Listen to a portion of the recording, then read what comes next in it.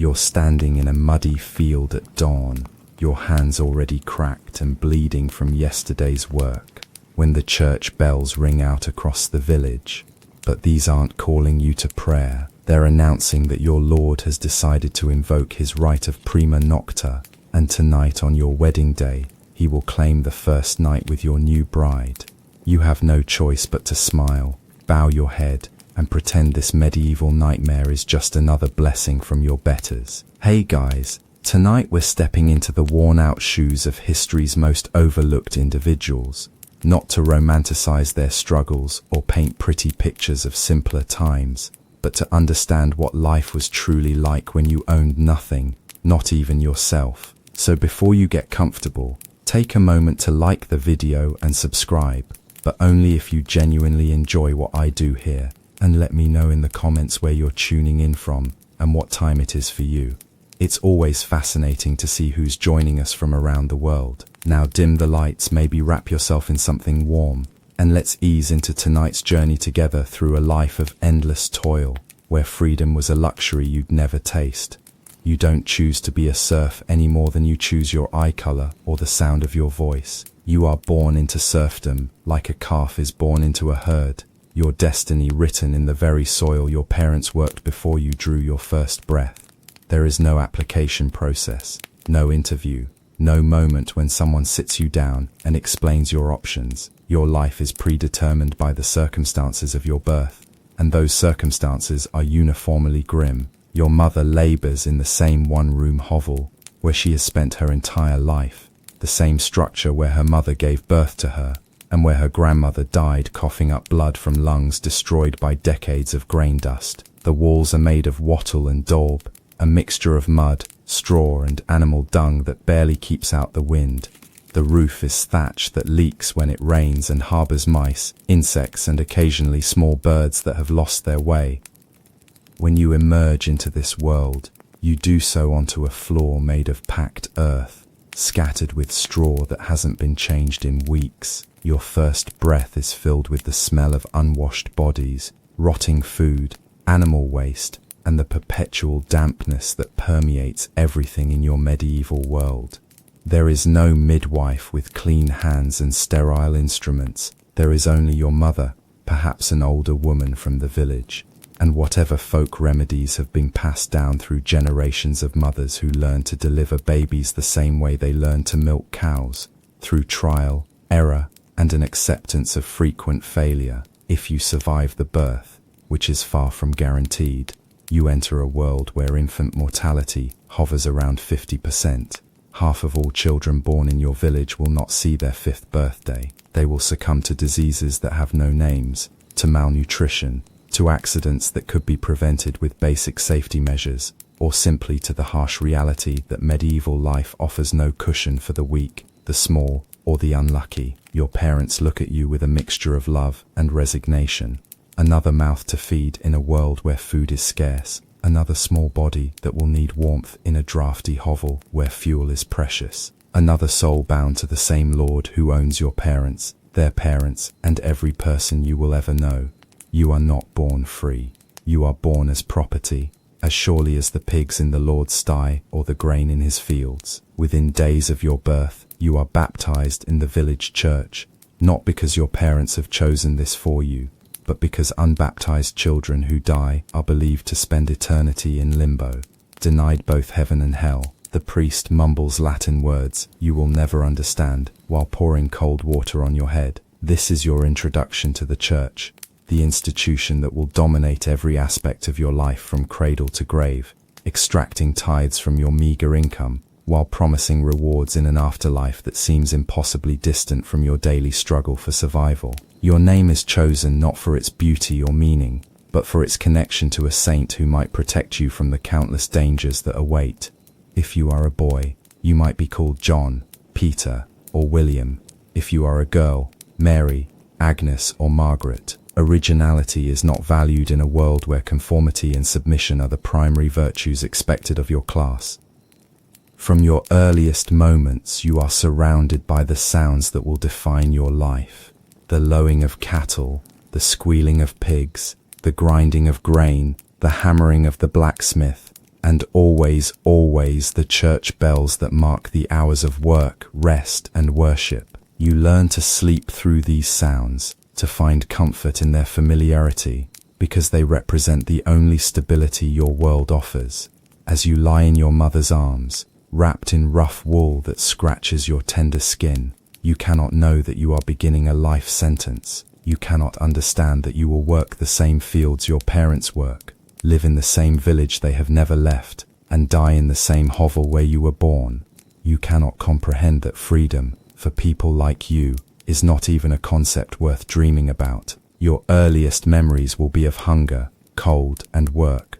You will learn to walk on floors covered with rushes that hide dirt, waste, and the bones of meals long past. You will learn to talk by listening to conversations about crop yields, weather, and the endless demands of your Lord. You will learn to count by helping measure out the portion of grain that must be given to the church, to the Lord, and to the tax collector, always leaving barely enough for your family to survive. This is your beginning, born into a system that values you only for your labor, in a world that offers no escape and no hope of improvement. You are a serf, and that identity will shape every day of your life until you return to the earth that has sustained and enslaved your family for generations. Your earliest years are a delicate balance between learning and surviving, between growing strong enough to work and somehow avoiding the countless dangers that claim so many children before they reach useful age. Childhood, as a modern concept of play and education and protected innocence, simply does not exist in your world. You are a small adult in training, and that training begins the moment you can walk. By age 3, you are expected to help with the simplest tasks around the household. You gather eggs from chickens that peck at your small hands, leaving them bloodied and sore. You fetch water from the well, carrying vessels that seem enormous in your tiny grip, spilling half the contents on the muddy path home. You learn to tend the fire, feeding it small sticks and learning to read the smoke that tells you whether the wood is wet or dry, whether the chimney is drawing properly, or whether you're about to fill the hovel with choking fumes. Your mother teaches you these skills not through patient instruction, but through sharp words and occasional cuffs to the head. When you make mistakes, there is no time for gentle guidance when survival depends on efficiency. You learn quickly that tears are pointless and complaint is dangerous. The world does not care about your feelings, and expressing them only wastes energy that could be better spent on useful work. Food is your constant preoccupation, not because you are greedy, but because you are perpetually hungry. Your diet consists mainly of brown bread, made from barley, rye, or oats, often mixed with sawdust or ground acorns to stretch the grain. This bread is coarse and hard, difficult for small teeth to chew, but it is the foundation of every meal. When times are good, you might have ale to soften it. When times are bad, you gnaw on it dry, your jaw aching from the effort. Vegetables from the family's small garden plot supplement the bread. Cabbage, onions, leeks, and turnips. These are boiled into a thin soup or porridge that fills your belly with liquid but provides little nourishment. Meat is a rare luxury, appearing only when an animal dies or during the few feast days when your lord's generosity extends to sharing scraps with his peasants. You learn to savor every morsel, to gnaw bones until they splinter, to lick your wooden bowl clean of every drop of fat or broth. Your clothing consists of rough wool garments that are passed down from older siblings or inherited from dead relatives. Nothing fits properly. Sleeves are too long or too short. Hems drag in the mud or expose your ankles to the cold. You learn to roll and tie and pin fabric to make it somewhat functional, but comfort is never a consideration. The wool is scratchy and often damp, smelling of the sheep it came from, and the various bodily fluids it has absorbed over years of use. Education, in any formal sense, is completely absent from your life. You cannot read or write, and you never will. These skills are reserved for the nobility, the clergy, and the wealthy merchants who live in distant towns. Your education consists of learning to work, how to plant seeds, how to harvest grain, how to care for animals, how to repair tools with limited materials. These lessons are harsh and immediate. A mistake in planting means less food next winter. A carelessly tended cow might wander off and never return. A broken tool that cannot be fixed means work must be done with hands alone. Your playmates are the children of other serfs, boys and girls who share your circumstances and your fate. Together you create games from scraps and imagination, racing with hoops made from barrel bands, playing with dolls crafted from corn husks, building miniature houses from mud and sticks. But even your play is tinged with the reality of your situation. Your games often involve pretending to work in the fields, to care for animals, or to manage households, because these are the only activities you observe in your daily life. Death is a constant presence in your childhood. You watch infants sicken and die despite their mothers' desperate efforts to save them. You see older children succumb to fevers that rage for days before claiming their lives. You learn not to become too attached to newborns, because so many of them simply disappear, their small bodies buried in the churchyard under wooden markers that weather away within a few seasons. The adults around you speak of death matter-of-factly, as another chore to be managed. When a child dies, the family mourns briefly, then returns to work. There is no time for extended grief when survival demands constant attention. You learn this lesson early. Death is natural, common, and final. The only protection against it is hard work, careful attention to safety, and the favor of God, which seems to be distributed according to mysterious and often unfair principles. Your world is bounded by the village and the fields surrounding it. Beyond this familiar territory lies the unknown.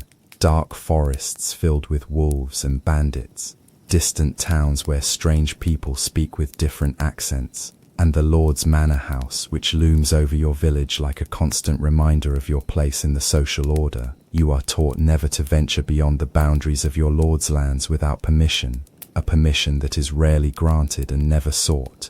As you grow from toddler to child, you begin to understand the rigid hierarchy that governs your existence. At the bottom are you and your family, serfs bound to the land, owning nothing, possessing no rights beyond the basic right to exist as long as you remain useful. Above you are the free peasants, who can move from place to place and own small plots of land, though they are still subject to the Lord's authority. Above them are the craftsmen and merchants, the priests and scribes, and finally, at the pinnacle, the Lord himself, whose word is law, and whose displeasure can mean death.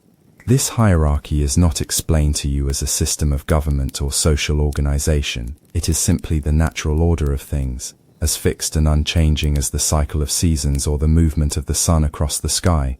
You no more question your position as a serf than you question why water flows downhill or why fire burns. It is simply the way things are, the way they have always been, and the way they will always be. The transition from child to worker happens gradually. Then suddenly, one day you are playing with corn husk dolls in the mud outside your hovel, and the next day you are being shaken awake before dawn to help with the harvest. There is no ceremony marking this passage, no recognition that childhood has ended. Work simply expands to fill your growing strength, and you learn to carry burdens that would have crushed you just months before. Your first real job is bird scaring, standing in the newly planted fields with a sling and a collection of stones, shouting and waving your arms to keep crows and sparrows from eating the precious seeds. It sounds simple, perhaps even enjoyable, until you spend your first full day at it. You stand for hours under the sun, or in the rain, your voice growing hoarse from constant yelling, your arm aching from hurling stones at birds that seem to mock your efforts by returning as soon as you turn your attention elsewhere. The responsibility is crushing. Every seed that a bird eats is food stolen from your family's mouth. If the crop fails because you allowed too many birds to feast, your family will hunger next winter. This knowledge weighs on your young shoulders like a physical burden, making you vigilant to the point of exhaustion. You learn to read the flight patterns of different birds, to anticipate where they will land, to time your stone throws for maximum effect. As you grow stronger, you graduate to more demanding tasks. You learn to guide the plow, walking behind the heavy wooden implement as it cuts furrows in the hard earth. The ox or horse pulling the plow is valuable beyond measure, worth more than your entire family's annual income, so you must be constantly careful not to let it stumble or injure itself. You learn to read the animal's moods, to adjust your pace to its strength, to coax it forward when it balks at particularly difficult ground. Ploughing is back-breaking work that leaves you exhausted and sore. The handles of the plough jar your hands and arms with every rock and root. The blade encounters your feet, protected only by thin leather shoes or strips of cloth, are constantly bruised and cut by the clods of earth and hidden stones. You learn to lean into the work, to use your body weight to help drive the plow through resistant soil, but you are always aware that a moment's inattention could result in injury to yourself or damage to equipment your family cannot afford to replace. Harvesting brings its own challenges and dangers. You learn to swing a sickle, cutting grain stalks close to the ground with a curved blade that is sharp enough to slice through tough stems, but also sharp enough to cut flesh if mishandled. Your hands develop calluses and scars from gripping the wooden handle and from the grain stalks themselves, which slice like paper when grasped carelessly. The work is relentless. During harvest season, you wake before dawn and work until darkness makes further labor impossible. There are no breaks except for brief meals of bread and weak ale. Every moment of daylight must be used because weather can change suddenly, bringing rain that will rot the grain in the fields or wind that will scatter it beyond recovery. You learn to work through pain, through exhaustion, through the dizziness that comes from bending and straightening constantly under the hot sun. Threshing follows harvesting, and it brings its own torments. You beat the cut grain with wooden flails, separating the kernels from the stalks in clouds of dust that fill your lungs and make you cough until your chest aches. The dust gets into your eyes, your nose, your mouth, coating your throat and making every breath a struggle. You learn to wrap cloth around your face, but it provides little protection against the fine particles that seem to penetrate every barrier. Winnowing requires you to toss the threshed grain into the air repeatedly, allowing the wind to blow away the lighter chaff while the heavier kernels fall back into your basket. It is tedious work that requires perfect timing with the wind patterns and leaves your arms burning with fatigue. A mistake means losing precious grain to the wind, grain that your family desperately needs to survive the coming winter. Even the simplest tasks carry the weight of survival. When you gather firewood, you must venture into the Lord's forest with constant fear of being caught and accused of theft. The penalty for taking wood without permission can be severe. Fines your family cannot pay, time in the stocks, or even physical punishment. But without fuel for cooking and heating, your family will freeze or starve. So you learn to move quietly through the woods, taking only fallen branches and dead wood, always listening for the sound of the Lord foresters who patrol the area. Caring for animals teaches you responsibility of a different kind. The family's few animals are too valuable to lose, but they are also too expensive to maintain properly. You learn to find grazing for the cow in areas where grass grows wild, always careful not to let it wander onto land belonging to other villagers. You gather acorns and scraps to feed the pigs, supplement their diet with whatever food scraps the family can spare, and worry constantly about their health and safety. When an animal sickens, you learn to treat it with the same folk remedies used on humans: herbal poultices, bloodletting, prayer, and hope. You cannot afford to summon a veterinarian, even if one existed in your area, so you rely on the accumulated wisdom of generations of peasants who have learned to care for animals through trial and error. Sometimes your treatments work, often they do not, and you must watch valuable animals suffer and die while you stand helplessly by. Every aspect of work teaches you harsh lessons about the realities of medieval life. You learn that strength and skill are not enough. Luck and weather and the favor of God all play roles in determining whether your efforts will be rewarded or wasted. You learn that planning and preparation can be undone by circumstances beyond your control. Storms that destroy crops, diseases that kill animals, wars that disrupt planting and harvesting schedules. Most importantly, you learn that your labor belongs not to you, but to your Lord. The fields you plow, the grain you harvest, the animals you tend, all belong to Him. You work to feed His household, to maintain His wealth, to support His lifestyle.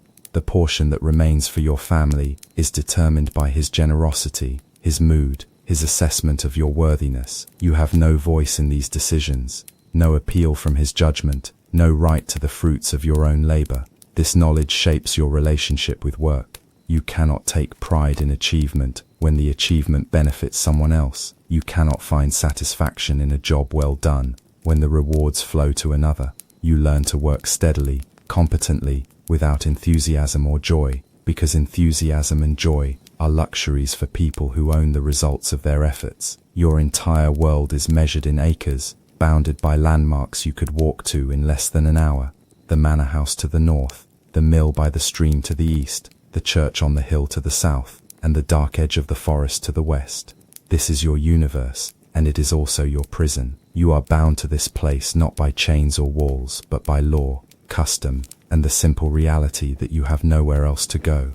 The village itself is a cluster of hovels arranged haphazardly around a central area that serves as both market square and communal workspace. There is no planning to the layout, no consideration for convenience or beauty. Houses are built wherever their owners can find space, resulting in a maze of narrow paths that turn to mud when it rains and dust when it's dry. The paths wind between buildings, around wells, and past dung heaps that accumulate outside every dwelling. Your hovel is typical of serf housing. One room that serves as kitchen, bedroom, workspace, and animal shelter during the worst weather. The walls are made of whatever materials are available locally. Wood frame filled with wattle and daub, stones mortared with clay, or even sod stacked and shaped into rough rectangles. The roof is thatch, layers of straw or reeds that provide some protection from rain but harbor insects, rodents, and decay. Inside, the floor is packed earth that never quite dries, remaining damp and often muddy despite your mother's efforts to cover it with rushes or straw. There are no windows in the modern sense, just small openings that can be covered with wooden shutters or animal skins when weather demands. These openings provide minimal light and less ventilation, creating an atmosphere that is perpetually dim and stuffy. Furniture is minimal and crude.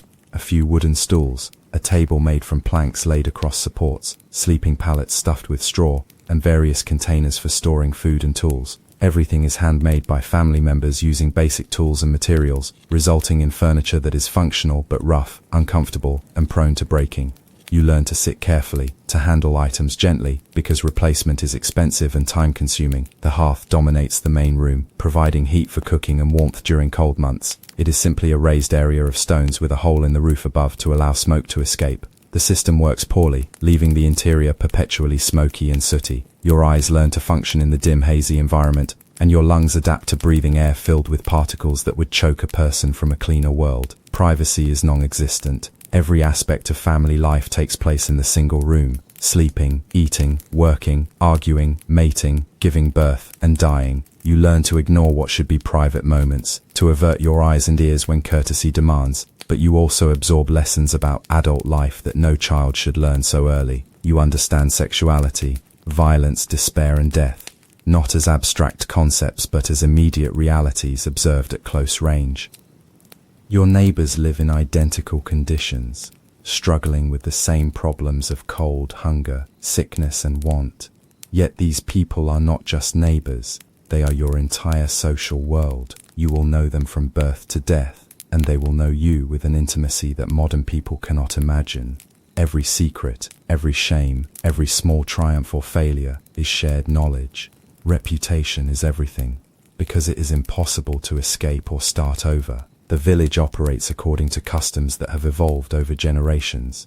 Disputes are settled by the village elders, who base their decisions on precedent and community consensus rather than written law. Theft is rare, not because people are particularly honest, but because it is impossible to hide stolen goods in a community where everyone knows everyone else's possessions. Adultery, domestic violence, and public drunkenness are handled through community pressure, shame, and sometimes physical punishment administered by the injured parties or their families.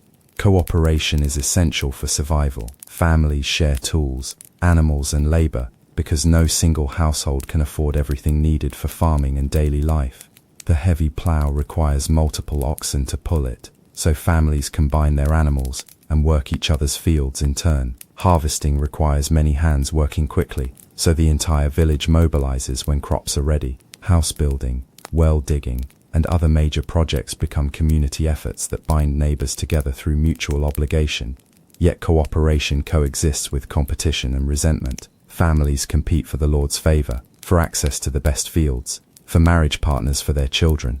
Old grudges are passed down through generations, creating alliances and enmities that shape village politics for decades. You learn early which families are allies and which are enemies, which neighbors can be trusted and which will take advantage of any weakness. The village has its own hierarchy, separate from the larger feudal structure. The reeve, chosen from among the serfs to represent village interests to the lord, occupies the highest position among the peasants. Below him are families with more land, more animals, or more sons to provide labor. At the bottom are the landless laborers, the widows, the disabled, and the elderly, who depend on charity and temporary work for survival. Your family's position in this hierarchy affects every aspect of your life. If your father is respected, you receive better treatment from neighbors and village officials. If your family is poor or disgraced, you face constant discrimination and reduced opportunities. Marriage prospects, access to resources, and even the quality of justice you receive all depend on your family's standing in the community. The church sits physically and symbolically at the center of village life. Its bells mark the hours of work and rest. Its holy days determine when labor stops and celebration begins.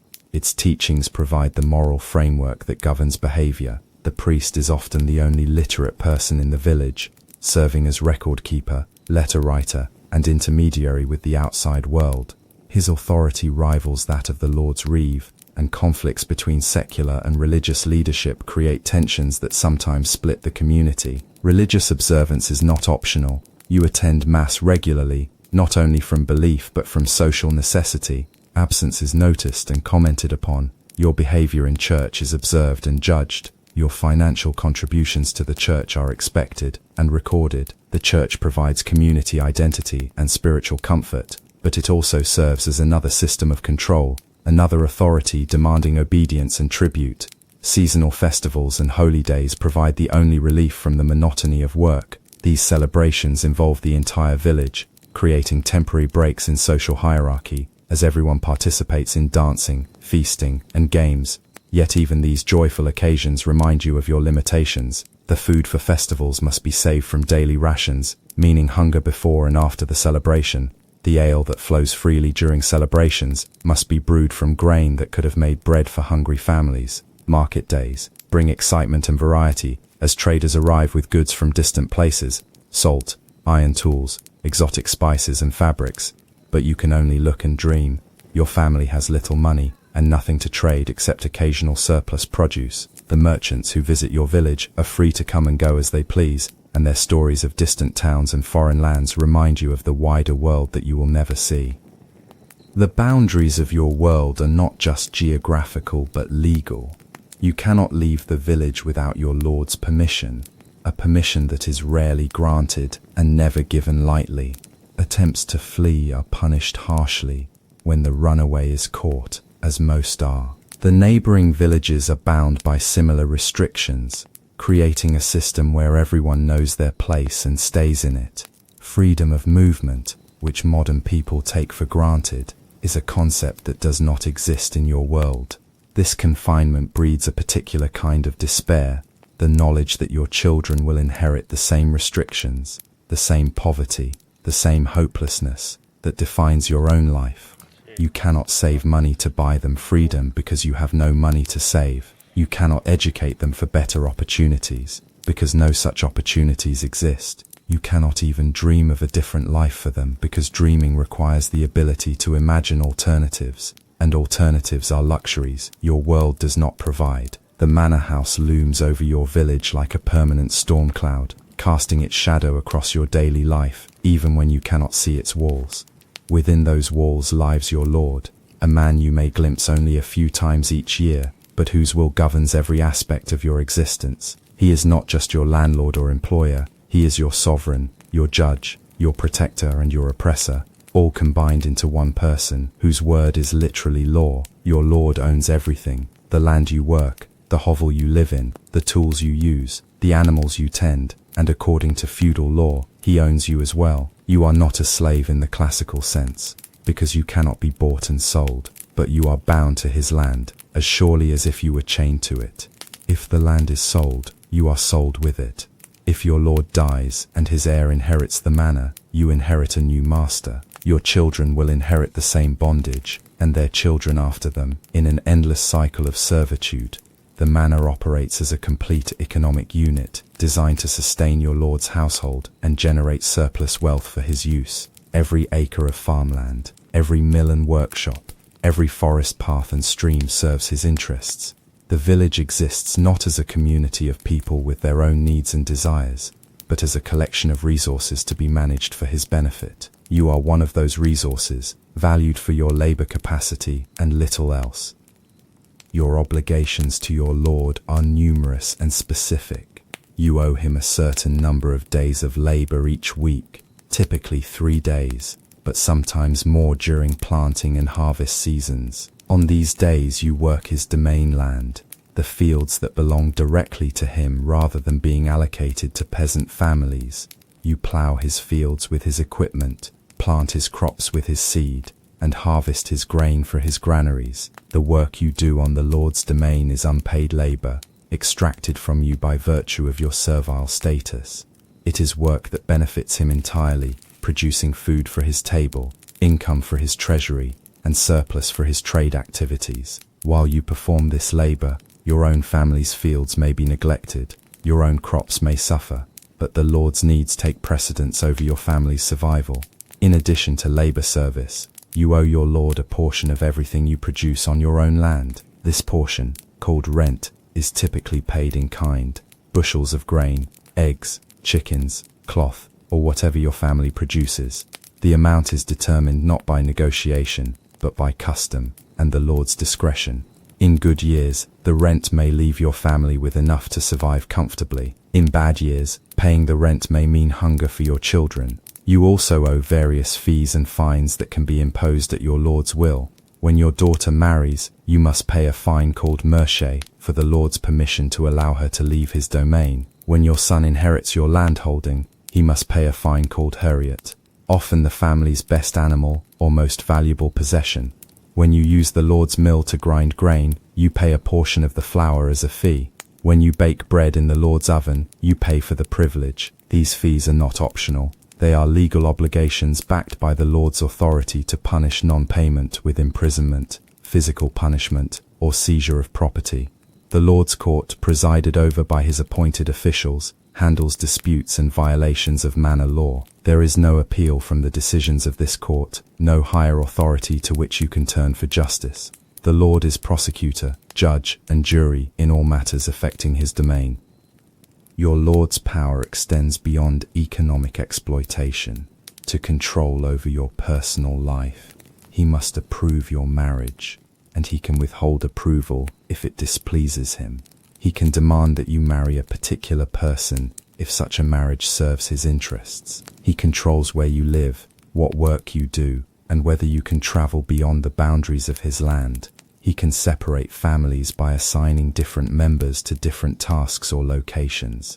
The Lord's household represents a level of wealth and luxury that is almost incomprehensible to you. While your family struggles to afford shoes, the Lord's family wears silk and fur imported from distant lands. While you eat bread made from barley and oats, the Lord's table features white bread made from wheat, meat from multiple animals, wine from his own vineyards, and delicacies purchased from traveling merchants. The physical structure of the manor house reflects and reinforces social hierarchy. Built of stone rather than wood and thatch, it is designed to last for generations and to impress visitors with its size and grandeur. The great hall where the Lord holds court and entertains guests is larger than your entire village's church. The Lord's private chambers are warmed by multiple fireplaces and lit by genuine glass windows, luxuries that exist nowhere else in your world. The Lord's family and their guests live according to rituals and customs that emphasize their separation from and superiority to the peasants who support them. They eat meals at regular hours, using utensils made of metal or precious materials. They wear clean clothes that are changed frequently. They bathe regularly in heated water brought by servants. They sleep in beds with linen sheets and feather mattresses. They are entertained by musicians, storytellers, and other performers who travel from manor to manor. Your contact with this world of privilege is limited and highly structured. Occasionally, you may be summoned to the manor house to perform special labor, helping with construction projects, serving at feasts, or working in the Lord's gardens. These experiences provide glimpses of a life so different from your own that it might as well exist on another planet. You see wealth casually displayed that would solve every problem your family faces, yet you cannot touch it or benefit from it in any way. The Lord's administrators and servants form an intermediate layer between his family and the peasants. The bailiff manages the Lord's agricultural operations, overseeing planting, harvesting, and the allocation of land and labor. The reeve, chosen from among the peasants, serves as a liaison between the village and the manor, collecting rents and organizing work parties. These officials wield significant power over your daily life, and cultivating their favor becomes a survival strategy. Corruption and favoritism pervade the manor's administration. Officials can be bribed with small gifts or favors to overlook minor infractions or provide better treatment. They can also be vindictive and petty, using their authority to settle personal grudges or extract additional payments from peasants who cannot afford them. Learning to navigate these relationships requires skills in diplomacy and deception that seem incompatible with your honest agricultural labor. The Lord's protection, supposedly one of the benefits of feudal service, is often theoretical rather than real. While the manor may have defensive walls and a garrison of soldiers, these are designed primarily to protect the Lord's wealth and family. If bandits attack the village, peasants are expected to defend themselves or flee to the manor for refuge, but the Lord has no legal obligation to risk his soldiers for peasant lives. If war comes to the region, peasants bear the heaviest burden as armies destroy crops, steal animals, and press men into military service. Yet despite the oppression and exploitation, the feudal system creates a relationship of mutual dependence between lord and peasants. The lord needs peasant labor to generate his wealth, and peasants need the lord's protection and the use of his land to survive. This interdependence does not create equality or justice, but it does create stability of a sort. Change threatens both parties, so both have incentives to maintain the existing system, even when it causes suffering. Your lord may be cruel or kind, intelligent or foolish, just or arbitrary, but these personal characteristics matter less than the system that grants him absolute power over your life. Even a kind lord operates within structures that require peasant exploitation. Even a just lord must extract surplus from peasant labor to maintain his position in the feudal hierarchy. The problem is not individual character but institutional design, a system that concentrates power and wealth while distributing poverty and powerlessness. Understanding this reality shapes your relationship with authority. You learn to be deferential without being servile, to show respect without revealing your true thoughts, to comply with demands while preserving what little dignity remains available to you. You learn to read the moods and desires of your superiors, to anticipate their needs, and to avoid their displeasure. These skills become as essential for survival as knowing when to plant crops or how to care for sick animals. Marriage in your world is not about love, compatibility, or personal happiness. It is an economic transaction, a strategic alliance between families, and a means of ensuring survival in a harsh world that shows no mercy to the weak or isolated. When you reach marriageable age, around 14 or 15, your parents begin the delicate process of finding you a spouse who can improve, or at least maintain your family's position in the village hierarchy. Your parents approach potential matches with the same careful calculation they use when trading animals at market. They consider what each family can bring to the alliance: land holdings, tools, animals, skills, and reputation. A family with more land offers security. A family with skilled craftsmen offers potential income. A family with many sons offers labor power. A family with connections to the Lord's household offers protection and influence. Love, if it exists at all, is expected to develop after marriage rather than before. You may not even meet your intended spouse until the betrothal is announced. Courtship, as practiced by the nobility, is an unknown concept among serfs. There are no romantic gestures, no poetry, no gifts exchanged between lovers. There is only the practical business of joining two families in a partnership designed to increase their collective chances of survival. The negotiation process can take months or even years. Your parents must assess not only the immediate benefits of a potential match, but also the long-term implications. They consider the health and fertility of prospective partners, their work ethic and character, their family's history of success or failure. They evaluate the political dynamics of the village, avoiding alliances that might anger influential families or create dangerous enemies. Your consent to the marriage is neither required nor particularly relevant. As a serf, your body and your future belong to your parents and ultimately to your lord. Your feelings about your prospective spouse are considered less important than the economic advantages the marriage might bring. If you object to a match, your protest will be dismissed as childish selfishness that threatens family survival. The betrothal ceremony is a simple affair conducted in the presence of village witnesses. Promises are made, hands are joined, and a small feast is shared if the families can afford it. From this moment, you are legally bound to your future spouse, even though the actual marriage may not take place for months or years. Breaking a betrothal is a serious matter that can result in fines, social ostracism, and long-term enmity between families. The period between betrothal and marriage is used to prepare for your new life. If you are a woman, you learn the specific skills preferred by your future husband's family, their methods of cooking, their techniques for managing animals, their preferred ways of preserving food and maintaining the household. If you are a man, you may work alongside your future father-in-law to learn his farming methods and to demonstrate your capacity for hard labor. The wedding itself is a community celebration that serves multiple functions beyond joining two individuals. It reinforces social bonds between families, provides an opportunity for the entire village to gather and share news, and creates a public record of the new alliance that will be remembered and honored by future generations. The ceremony takes place in the village church, presided over by the priest who records the union in whatever records the parish maintains. Your wedding feast depends entirely on what the combined families can afford. In good years, there might be meat, ale, and even music provided by local musicians. In bad years, the celebration might consist of nothing more than bread and water shared among immediate family members. Regardless of its scale, the feast represents a significant expense that families save for over many months, sometimes going without necessities to ensure their children have proper weddings. The wedding night brings its own anxieties and challenges. You may know little about sexuality beyond what you have observed in the crowded quarters where you have lived your entire life. There is no formal education about reproduction, no guidance about intimacy, no preparation for the physical and emotional aspects of marriage. You learn through experience, trial and error, often with painful or embarrassing consequences. Your new living arrangements depend on local custom and practical considerations. If you are a woman, you typically move into your husband's family home, cramming another person into already overcrowded quarters. If housing is particularly scarce, newly married couples may have no choice but to share sleeping space with parents, siblings, and other relatives, making privacy impossible and intimacy a carefully choreographed endeavor.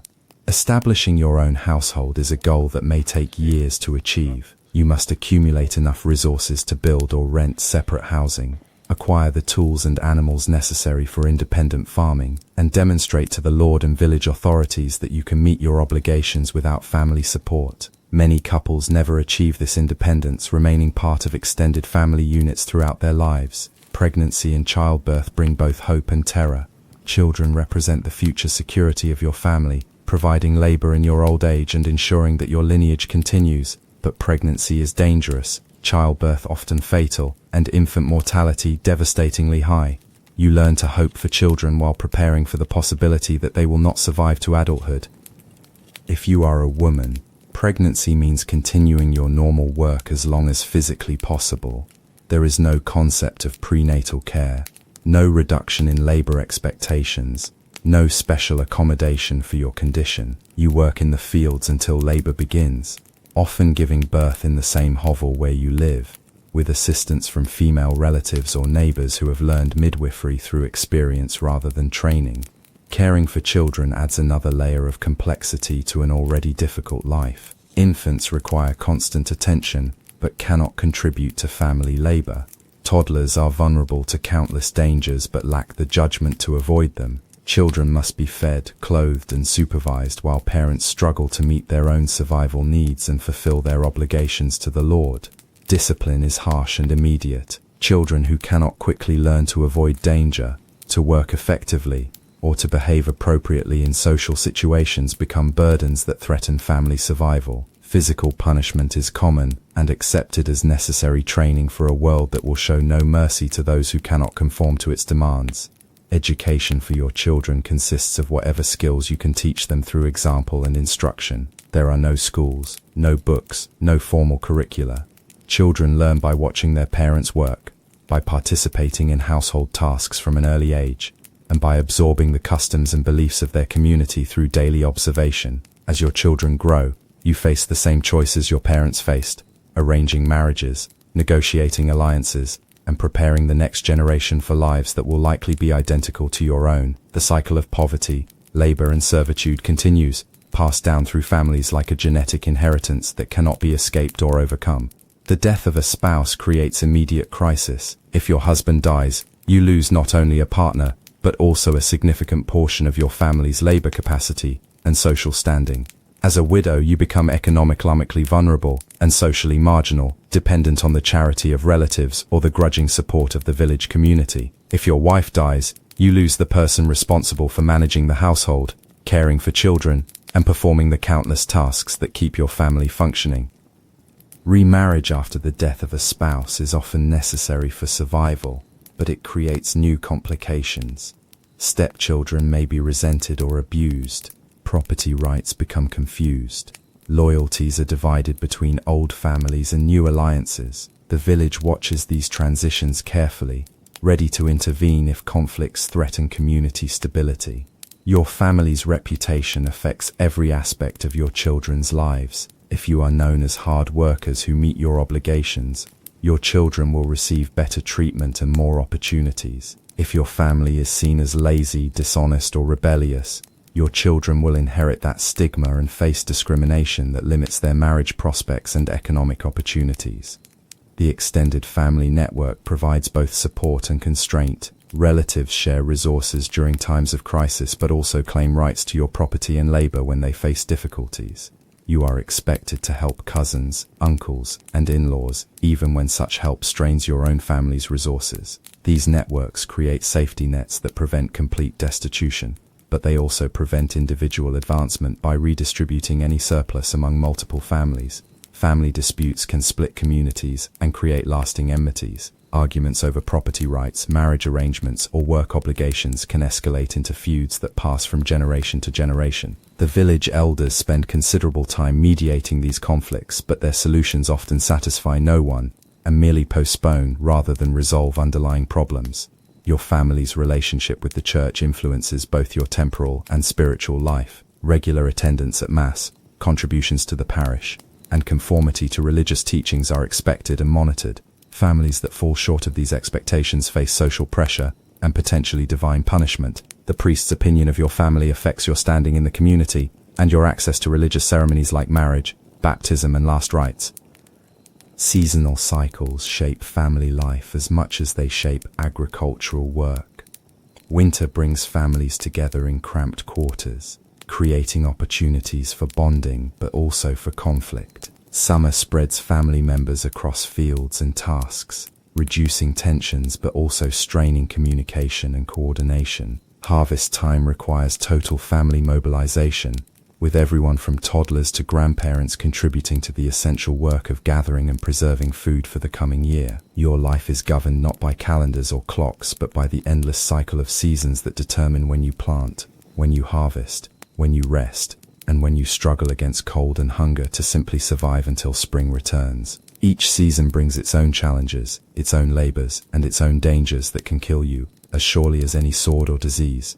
Spring arrives not with flowers and celebration, but with desperate hope and backbreaking preparation. The winter stores are nearly exhausted, your family is weak from months of reduced rations, and the success of the coming year depends entirely on the work you accomplish in the next few months. You emerge from your hovel like a half-dead creature crawling from a cave, blinking in the stronger sunlight, and assessing the damage that winter has inflicted on your world.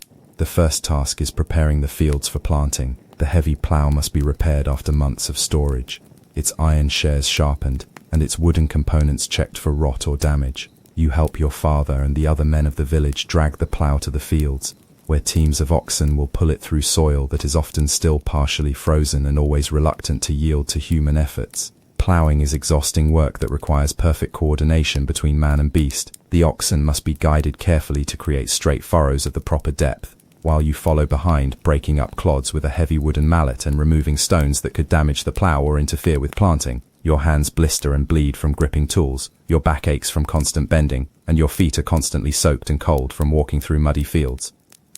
Seed grain is precious beyond measure, representing both this year's hope and next year's survival. Every kernel that fails to germinate is food stolen from your family's mouth. You learn to plant with religious precision, spacing seeds according to customs passed down through generations. adjusting for soil conditions and weather patterns with knowledge gained through years of observation and bitter experience. The spring planting season demands 16-hour workdays that begin before dawn and end well after sunset. There is no time for rest, no allowance for fatigue or illness.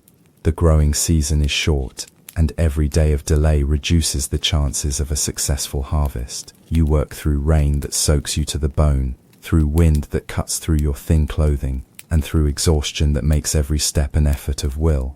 Summer brings its own trials despite the warmer weather and longer days. The crops must be constantly tended, weeded, watered when possible, and protected from insects, birds, and animals that would devour them before harvest. You learn to recognize the signs of plant diseases that can destroy entire fields, to identify beneficial insects from harmful ones, and to judge when intervention is necessary and when it would do more harm than good.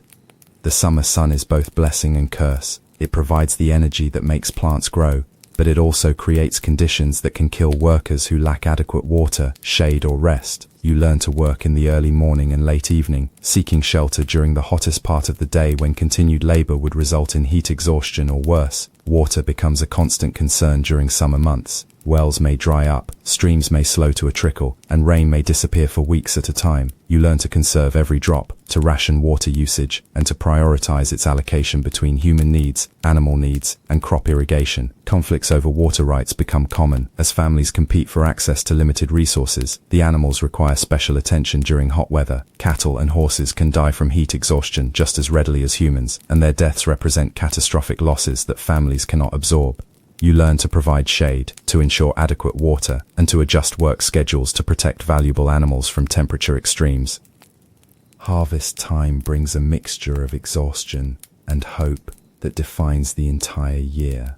Everything depends on the next few weeks of intensive labor that will determine whether your family eats well or starves during the coming winter. The grain must be cut at exactly the right time, when it is ripe enough to provide maximum nutrition, but not so ripe that it shatters and falls to the ground before it can be gathered. The work is relentless and physically devastating. You swing a sickle for hours at a time, cutting grain stalks close to the ground in a motion that sends shocks of pain through your arms, shoulders, and back. Your hands develop blisters that break and bleed, then form calluses that crack and split. The grain stalks cut your exposed skin like thousands of tiny knives, leaving you scratched and bleeding by the end of each day. Bundling and loading the cut grain requires different skills but equal endurance. You learn to tie sheaves quickly and securely, to load wagons without losing precious grain, and to work in coordination with others to maximize efficiency. There is no time for individual rest breaks. The entire village mobilizes for harvest, and those who cannot keep pace face social censure and reduced shares of the final crop. Threshing follows harvesting and brings its own misery. You beat the grain with wooden flails, separating kernels from stalks in clouds of dust that fill your lungs and coat your throat. The dust burns your eyes and makes breathing difficult, but the work must continue regardless of discomfort. Every kernel separated by hand represents food for your family's survival. Autumn is a race against time to preserve as much food as possible, before winter makes fresh provisions impossible. You help your mother salt meat, dry vegetables, and prepare the stores that must last until the next harvest. Every decision about preservation involves calculated risks: how much food to eat now versus how much to save for later, how to balance present hunger against future starvation. The preparation of winter fuel requires enormous effort and constant vigilance. Deadfall must be gathered from the Lord's forest without being caught and accused of theft. Branches must be cut and split into manageable pieces, then stacked in careful arrangements that will allow air circulation while protecting the wood from rain and snow. The quantity of fuel determines whether your family will be warm enough to survive the winter or will slowly freeze in their beds. Animal slaughter provides both fresh meat and materials for winter survival. Nothing can be wasted. Meat is salted or smoked for preservation. Hides are cleaned and tanned for leather goods. Bones are saved for tools and soup stock. And even intestines are cleaned and used for sausage casings. The work is bloody, exhausting, and critical for winter survival. Winter transforms your world into a prison of cold, darkness, and scarcity. The days become so short that you work by candlelight or not at all. The cold becomes so intense that water freezes solid inside your hovel, and food becomes so scarce that every meal is carefully calculated to stretch supplies as long as possible. The hovel becomes your entire universe during the worst winter weather. You huddle around the fire with your family, burning precious fuel to maintain just enough warmth to prevent death from freezing. The air inside becomes thick with smoke, cooking odors, and the exhalations of too many people in too small a space. Hygiene becomes impossible, privacy disappears entirely, and tensions rise as cabin fever takes its psychological toll. Hunger dominates winter life in ways that are impossible to describe to someone who has never experienced true starvation. You learn to ignore the constant gnawing in your stomach, to make weak soup from bones that have already been boiled multiple times, and to ration food with mathematical precision that allows survival but provides no comfort or satisfaction. The cold is an enemy that requires constant vigilance. You learn to bank fires to keep them burning through the night, to share body heat by sleeping in close contact with family members, and to recognize the signs of frostbite and hypothermia that can claim fingers, toes, or lives. Getting firewood becomes a dangerous expedition that requires careful planning and quick execution. Illness strikes most often during winter, when cold, malnutrition, and overcrowding create ideal conditions for disease transmission. A simple cold can become pneumonia, a minor injury can become infected and gangrenous, and epidemic diseases can sweep through villages that lack the resources to treat the sick or isolate the contagious. Death comes frequently during winter months, taking the very young, the very old, and the weakened by disease or injury.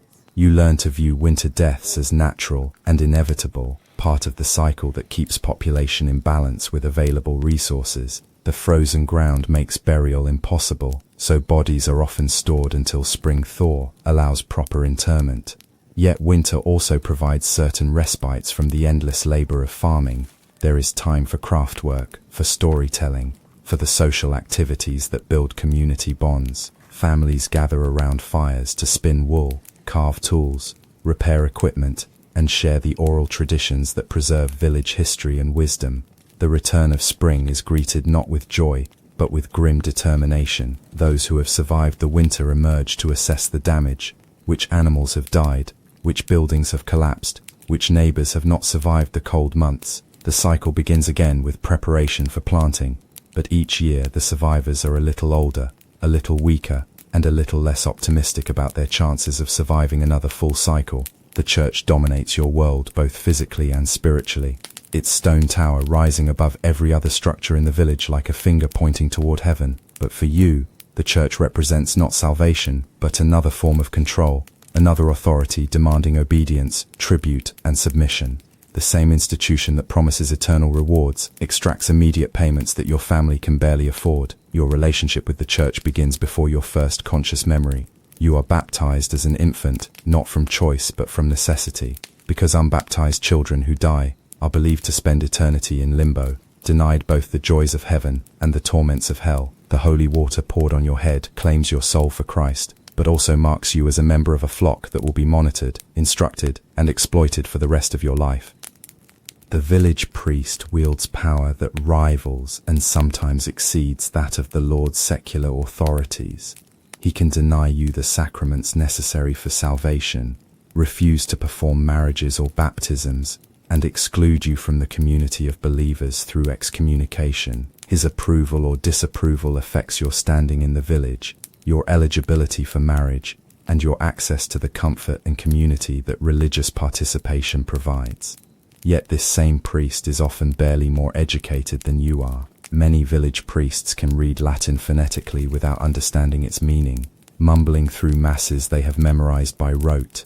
They may know little theology beyond the basic doctrines they learnt during minimal training, and their own moral behavior may be questionable. Priestly celibacy is officially required, but frequently ignored, creating scandal and resentment among parishioners who are held to strict moral standards. Absence is noticed and commented upon, and habitual non-attendance can result in social ostracism or religious penalties.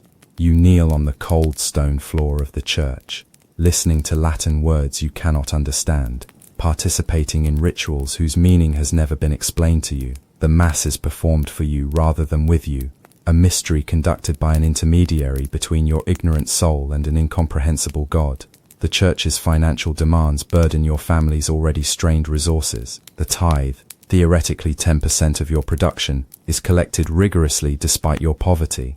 Additional fees are charged for baptisms, marriages, funerals, and other religious services that are necessary for social acceptance and spiritual welfare. Holy days require special offerings, and the priest frequently solicits donations for church maintenance, poor relief, or the purchase of religious artifacts. Religious instruction consists mainly of moral exhortation and threats of divine punishment. You learn that poverty is a blessing because it resembles Christ's condition, that suffering purifies the soul, and that obedience to earthly authorities reflects proper submission to divine will. These teachings conveniently support the social order that keeps you in perpetual servitude while promising that your reward awaits in heaven. The church calendar governs your work schedule as much as seasonal requirements. Holy days prohibit labor, reducing the already limited time available for farming and other essential activities. Religious festivals require participation that takes time away from survival tasks. Yet non-participation marks you as a heretic or rebel. The church's schedule often conflicts with agricultural necessities, forcing you to choose between spiritual obligations and physical survival. Confession provides the church with intimate knowledge of your thoughts, desires, and activities. The priest knows your sins, your family's secrets, and your private struggles. This information can be used to counsel and guide you, but it can also be used to control and manipulate you. The threat of public exposure or divine punishment keeps you compliant with religious and social expectations. Penance for your sins often involves additional financial burden or physical hardship. You may be required to make pilgrimages to distant shrines, contribute extra offerings to the church, or perform additional labor for religious purposes. The church's definition of sin includes many activities necessary for survival, creating moral conflicts that can never be fully resolved. The promise of eternal salvation provides psychological comfort, but at the cost of present submission. You learn to accept current suffering as temporary and meaningful, part of a divine plan that will ultimately reward your faithfulness. This belief system makes your harsh life bearable, but also makes resistance to oppression appear both futile and sinful. Religious festivals and holy days provide some of the few celebrations available in your harsh life. Christmas, Easter, and the feast days of various saints offer opportunities for community gathering, special foods, and temporary relief from daily labor. Yet even these celebrations require expenditures that strain your family's resources and often leave you hungrier after the festival than before. The church building itself serves multiple functions beyond religious worship. It is the community meeting hall, the center for important announcements, and sometimes a refuge during attacks by bandits or armies. The priest may be the only literate person in the village, serving as record keeper, letter writer, and intermediary with outside authorities.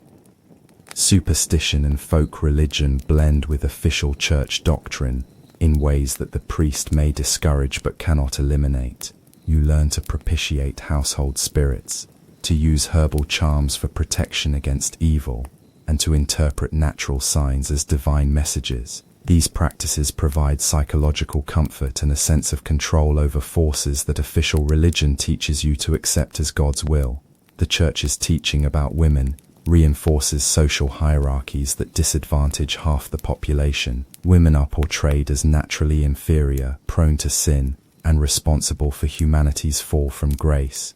These teachings justify male dominance and female submission, while denying women access to education, authority, and economic independence.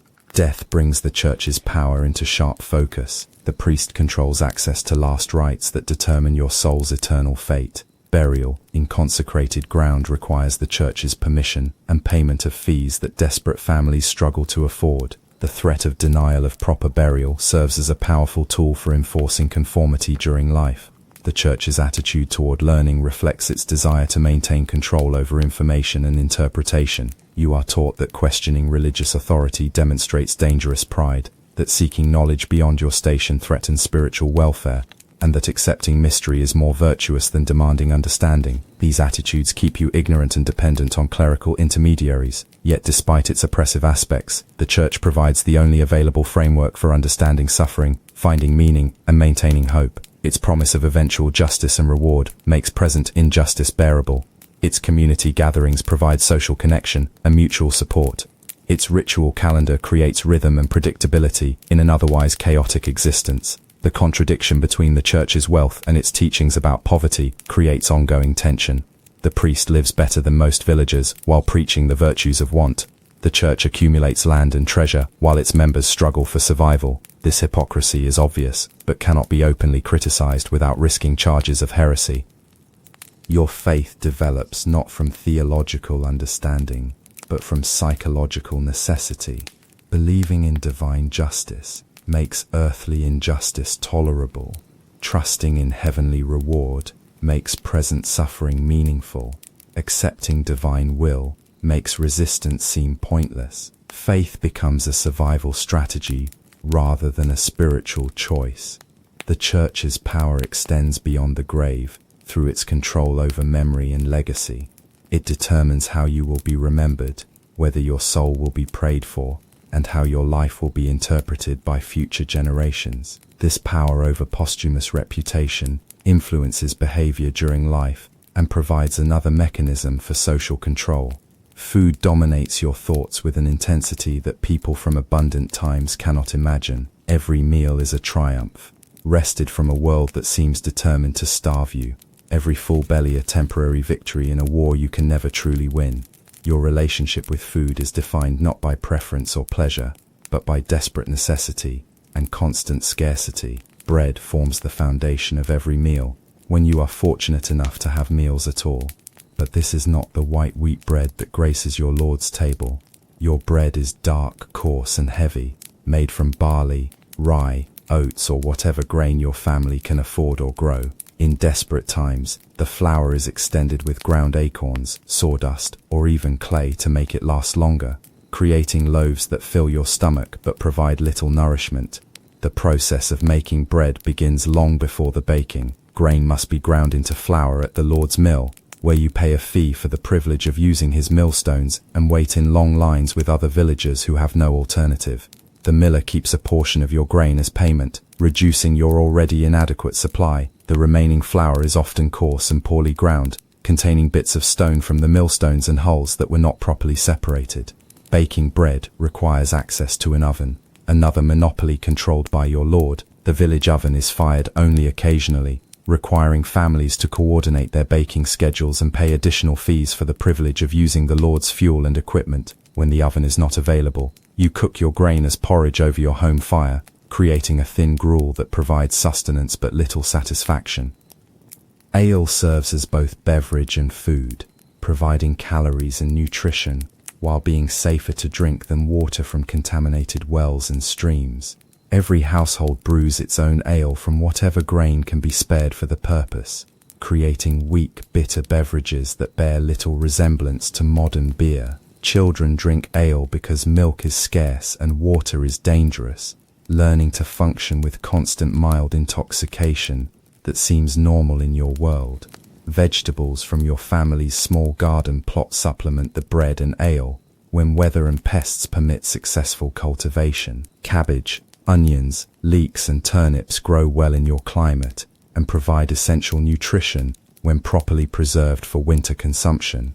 These vegetables are typically boiled into soups or stews that stretch small amounts of food to feed entire families. Meat appears on your table only during times of plenty or celebration. When an animal dies or is slaughtered, every part must be used immediately or preserved for later consumption. You learn to appreciate delicacies that would horrify people from more prosperous times. Blood pudding made from pig's blood and grain, sausages stuffed into cleaned intestines, and soups made from bones that have been boiled multiple times to extract every trace of nutrition. Hunting provides occasional supplements to your diet, but only if you can do so without trespassing on your lord's lands or violating his monopoly on game animals. Rabbits, birds, and small animals trapped on common lands offer precious protein, but the risks of poaching on the lord's property are severe.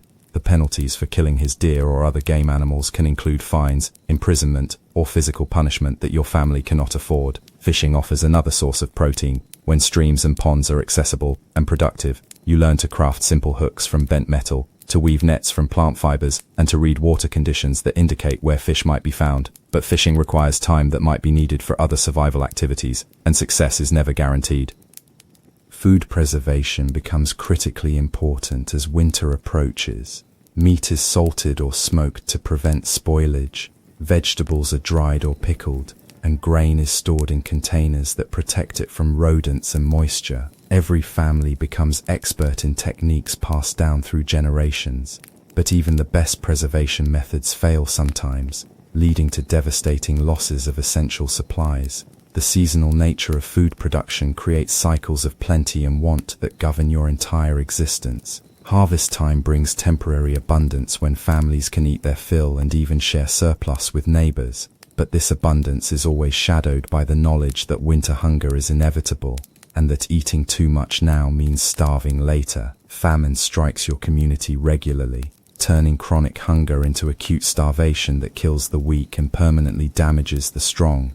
During famine years, you learn to supplement your diet with anything edible: grass, bark, roots, and plants that normally serve as animal fodder. These emergency foods provide bulk but little nutrition, creating the hollow sensation of a full stomach that is slowly starving. Cooking methods are limited by your equipment and fuel supplies. Most food is boiled in iron pots suspended over open fires, creating one-pot meals that combine whatever ingredients are available. Roasting or baking requires special occasions and additional fuel that your family can rarely afford. Flavoring comes from herbs grown in your garden or gathered wild, adding variety to meals that would otherwise be unbearably monotonous. Sharing food creates social bonds but also social tensions. Hospitality requires offering guests whatever food you have available, even when your own family is hungry. Religious obligations demand that you share with the poor and needy, reducing your own supplies for the sake of charity. But refusing to share marks you as selfish and uncharitable, damaging your reputation in a community where reputation affects survival. Market days offer opportunities to trade surplus produce for other necessities, but only if your family has managed to create surplus despite their own needs. Successful families might trade eggs for tools, vegetables for clothing, or grain for salt. These transactions require careful calculation and shrewd bargaining to ensure fair exchanges that benefit both parties. Water poses constant challenges for food preparation and consumption. Wells may dry up during summer droughts or become contaminated by waste from animals and humans. Streams may carry diseases from upstream communities or become polluted by mill operations and other human activities. Boiling water for cooking helps reduce disease risks but requires precious fuel that might be needed for warmth. Feast days provide rare opportunities to eat special foods that are normally beyond your family's means. Christmas might bring meat to the table. Easter might include eggs saved for the occasion, and harvest festivals might feature bread made from pure wheat flour.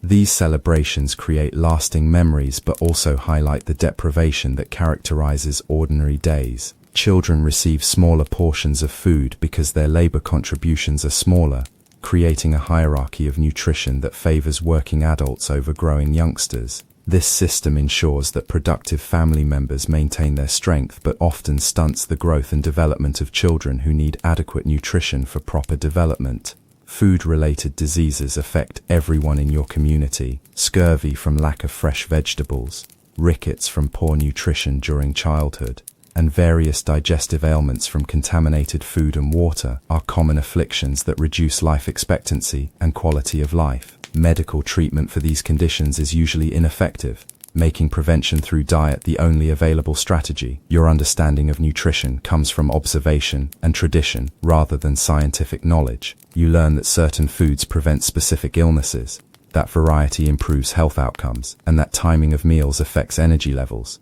But this knowledge is incomplete and sometimes inaccurate, leading to dietary practices that may harm as much as they help. The psychological impact of chronic hunger affects every aspect of your personality and behavior. You learn to think constantly about food, to dream about abundance, and to value security over adventure or innovation. Hunger makes you cautious, conservative, and focused on immediate survival rather than long-term improvement. Social status within your community is often reflected in diet quality and quantity. Families with more land or better connections eat better than those with fewer resources. These differences in nutrition contribute to differences in health, energy, and life expectancy that reinforce existing social hierarchies. Religious teachings about food create additional complications in your already difficult relationship with nutrition. Fasting during religious observances reduces your already inadequate caloric intake, while teachings about gluttony make you feel guilty for natural desires for adequate food.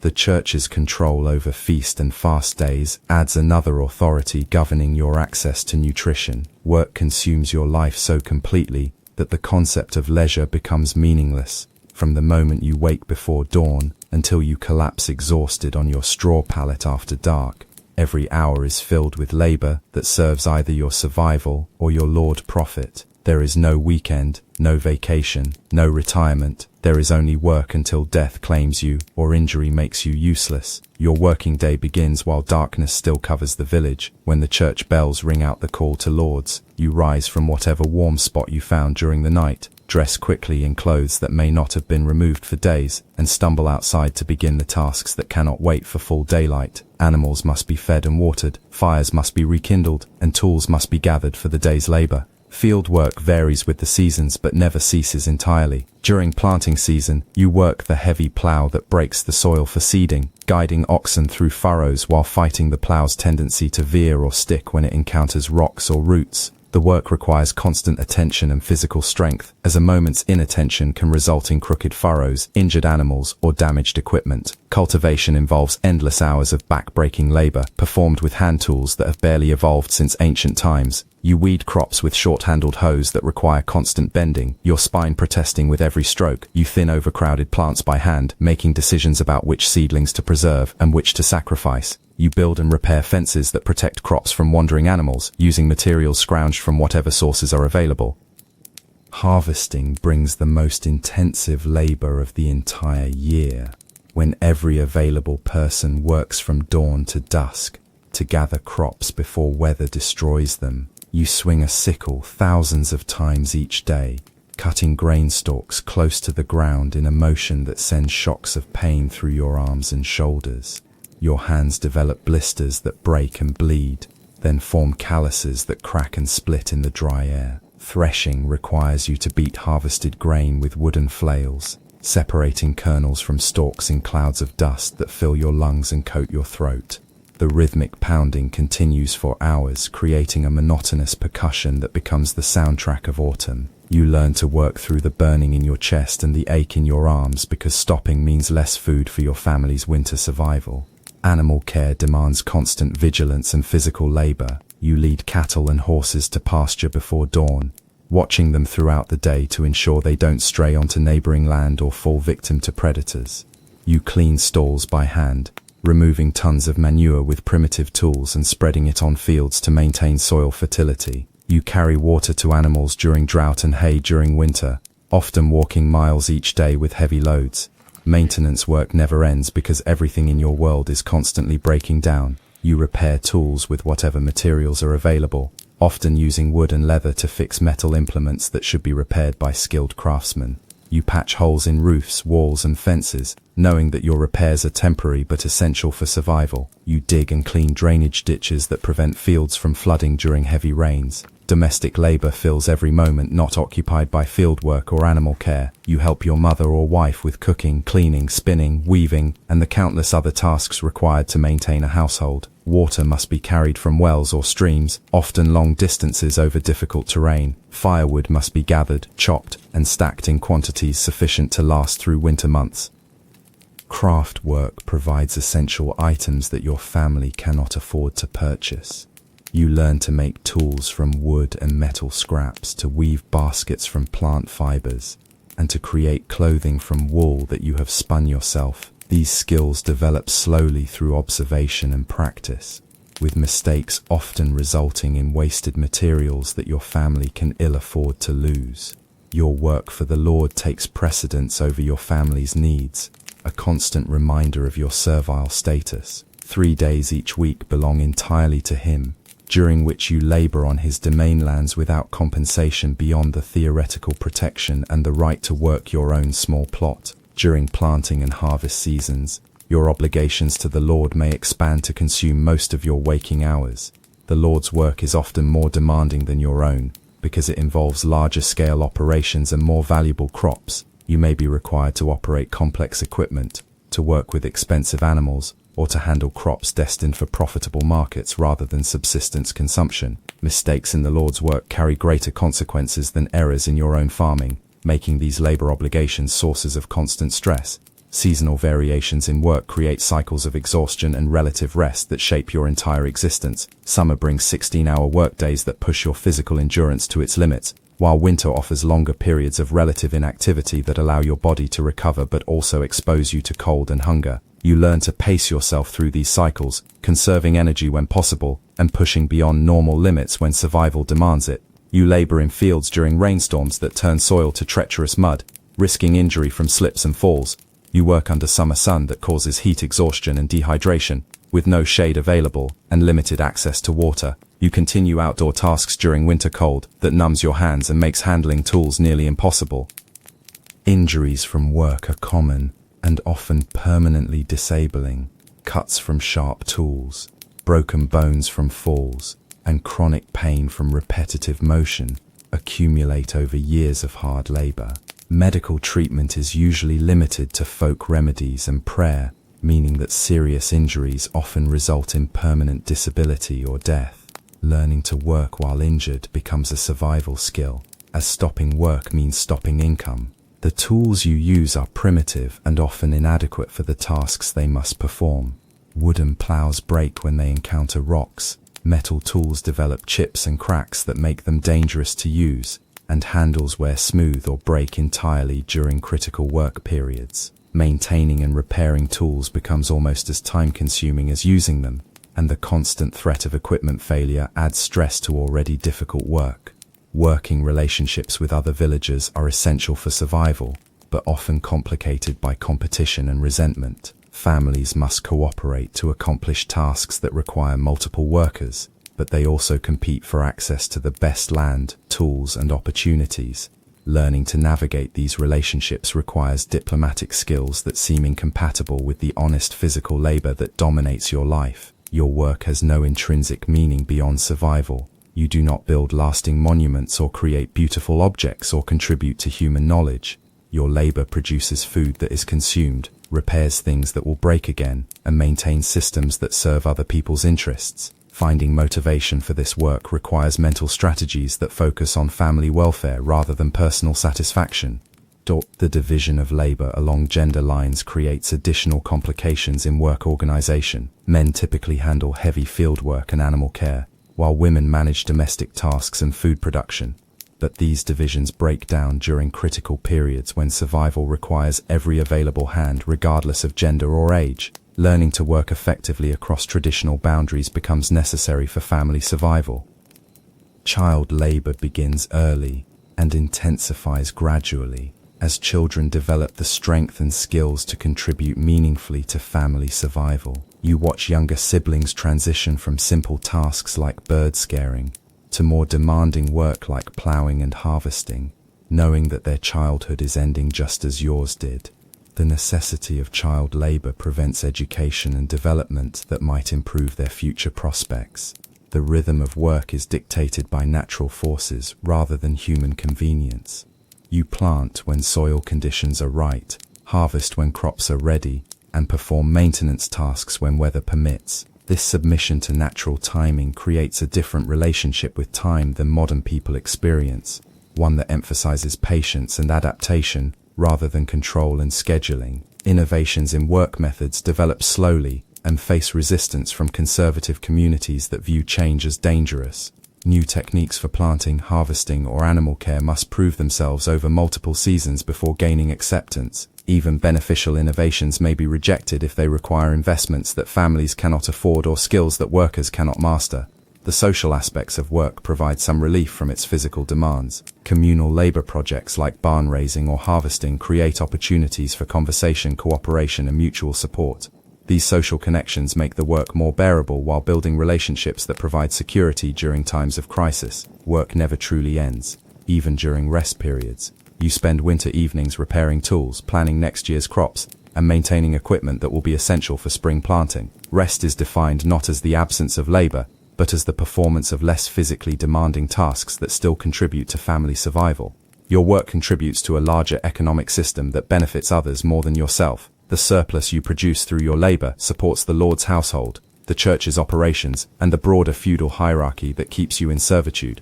Understanding this reality creates resentment, but also resignation, as resistance seems both futile and dangerous. The relationship between effort and reward in your work life bears no resemblance to modern concepts of fair compensation. Working harder or more skillfully does not necessarily result in better living conditions or increased security. Your compensation is determined by custom, by your Lord's generosity, and by forces beyond your control, rather than by the quality or quantity of your labor. Mastery of work skills develops over decades of practice, but this expertise brings little recognition or reward. You become highly skilled at reading weather patterns, managing soil conditions, and caring for animals through years of experience. But these skills have no value outside your immediate community and provide no opportunities for advancement or improved status. The physical toll of lifetime labor accumulates in bodies that age prematurely and develop chronic conditions that reduce work capacity. Arthritis from repetitive motion, back problems from heavy lifting, and respiratory ailments from dust exposure make each year's work more difficult than the last. Yet there is no retirement, no pension, no relief from labor until death provides the only escape. Law in your world is not an abstract concept of justice, but a practical system for maintaining order and protecting the interests of those with power. You live under multiple legal systems that overlap, conflict, and compete for authority over your life. The Lord's manor court, the church's ecclesiastical law, and the ancient customs that govern village relationships. Navigating these systems requires skills in deception, diplomacy, and calculated submission. The manor court meets irregularly in the Lord's hall, presided over by his steward or bailiff, with authority derived from feudal custom rather than formal legal training. Here, disputes between serfs are settled, violations of manor rules are punished, and the Lord's will is enforced through judicial proceedings that offer the appearance of justice while serving the interests of power. Minor theft is the most common crime in your community, driven by desperate poverty and the constant temptation of taking what you need to survive. Stealing food, tools, or fuel can mean the difference between life and death for hungry families, but it also threatens the survival of victims who cannot afford to lose their meager possessions. The village develops informal systems for preventing and punishing theft that rely more on shame and retaliation than formal legal proceedings. Poaching in the Lord's forest represents a different category of crime, one that challenges noble privilege rather than merely redistributing scarce resources among the poor. Taking deer, wild boar, or other game animals reserved for the Lord's pleasure carries severe penalties that may include fines, imprisonment, or physical punishment. Yet the temptation remains strong when your children are starving, and animals roam freely through forests your ancestors once used for hunting. Adultery and sexual misconduct create community disruptions that threaten family stability and property rights. The village responds to these crimes through public shaming, financial penalties, and sometimes violent retaliation by injured parties. Women accused of adultery face harsher punishment than men, reflecting social attitudes that hold them responsible for maintaining sexual morality while excusing male behavior. Disputes over land boundaries and property rights consume enormous amounts of time and energy in communities where precise measurement is impossible and written records are rare. Families argue over the location of fence lines, the ownership of animals, and the rights to use common resources like wells and pastures.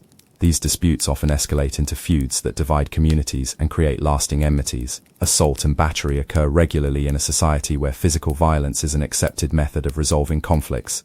Fights break out over work disputes, family honors, and competition for resources. The severity of punishment depends more on the social status of the participants than on the nature of the violence, with attacks on social superiors punished more harshly than similar violence between equals. Debt collection involves both formal and informal mechanisms that can destroy families unable to meet their obligations. Unpaid debts may result in seizure of property, forced labor, or virtual slavery until the debt is satisfied. The lack of standardized currency and the seasonal nature of agricultural income make debt relationships complex and often exploitative. Violations of religious law are handled by ecclesiastical courts that operate according to different principles than secular justice. Blasphemy, heresy, working on holy days, and failure to pay tithes are crimes against God that require spiritual as well as temporal punishment. The Church's penalties may include excommunication, penance, fines, or public humiliation that affects your standing in both spiritual and secular communities. Domestic violence is largely ignored by formal legal systems, but regulated by community standards that vary according to local custom and family relationships. Husbands have broad authority to discipline wives and children through physical punishment, but extreme violence may provoke intervention by relatives or village elders concerned about community stability. The punishment of crimes often involves public spectacle designed to shame offenders and deter others from similar behavior.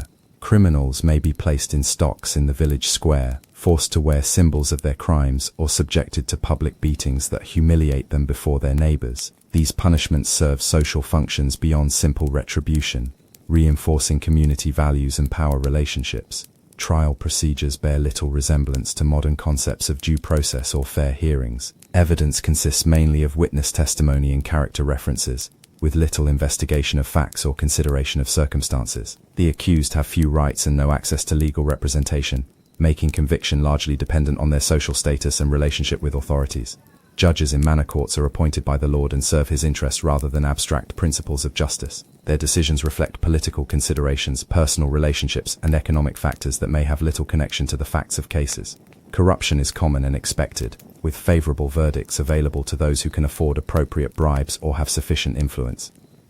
Punishment for serious crimes may include physical mutilation, extended imprisonment, or death by hanging or other methods. These severe penalties are designed to remove dangerous individuals from the community, while serving as warnings to others who might consider similar crimes. The public nature of executions makes them community events that combine entertainment with moral instruction. Appeals from manor court decisions are theoretically possible, but practically difficult for serfs who lack the resources and connections necessary to pursue higher-level justice. The royal courts that might overturn local decisions are distant, expensive, and generally uninterested in disputes involving people of low social status. The concept of rehabilitation does not exist in your legal system. Punishment is designed to exact retribution, provide deterrence, and protect society from dangerous individuals rather than to reform criminals or address underlying causes of crime. Offenders who survive their punishments return to communities that remember their crimes and offer few opportunities for redemption. Vigilante justice fills gaps left by formal legal systems, particularly in dealing with crimes that threaten community survival but fall outside established legal categories. Groups of villagers may take action against suspected witches, persistent thieves, or individuals whose behavior threatens social stability. These informal proceedings often involve violence and mob mentality that can escalate beyond reasonable proportion. The protection of legal systems extends primarily to those with property, status, and connections, rather than to all community members equally. Serfs receive minimal protection from formal law and must rely on family relationships, community support, and personal strength to defend their interests. Justice becomes a luxury available mainly to those who can afford it. Legal procedures often involve supernatural elements that reflect community beliefs about divine judgment and cosmic justice. Trial by ordeal, oath-swearing ceremonies, and appeals to divine intervention supplement human judgment with spiritual authority. These practices may seem primitive but serve important social functions in communities that lack scientific methods for determining truth. The seasonal nature of agricultural life affects the timing and nature of legal proceedings. Courts meet more frequently during winter months when agricultural work is reduced, while urgent matters during planting and harvest seasons may be postponed until labor demands diminish. This agricultural calendar influences both the commission of crimes and the administration of justice. Collective responsibility makes entire families or communities liable for the crimes of individual members, creating incentives for social control and mutual surveillance. If one family member commits a serious crime, others may face penalties or social consequences that affect their survival and status. This system encourages families to police their own members, while discouraging individual risk-taking. Your body is both your most valuable asset and your greatest vulnerability. In a world where physical strength determines survival and medical knowledge extends little beyond folk remedies and prayer, disease strikes without warning or apparent cause. Treatments often cause more harm than illness, and death comes frequently to young and old alike, with no regard for virtue, hard work, or good intentions. Childhood diseases claim roughly half of all children before their 5th birthday, creating a harsh selection process that strengthens the survivors while traumatizing their families. You watch siblings, cousins, and neighbors succumb to fevers, respiratory infections, and digestive ailments that rage through communities like wildfire. Parents learn not to form deep emotional attachments to infants, knowing that many will not survive to adulthood. Malnutrition weakens your immune system and makes you vulnerable to infections that well-fed people might easily overcome.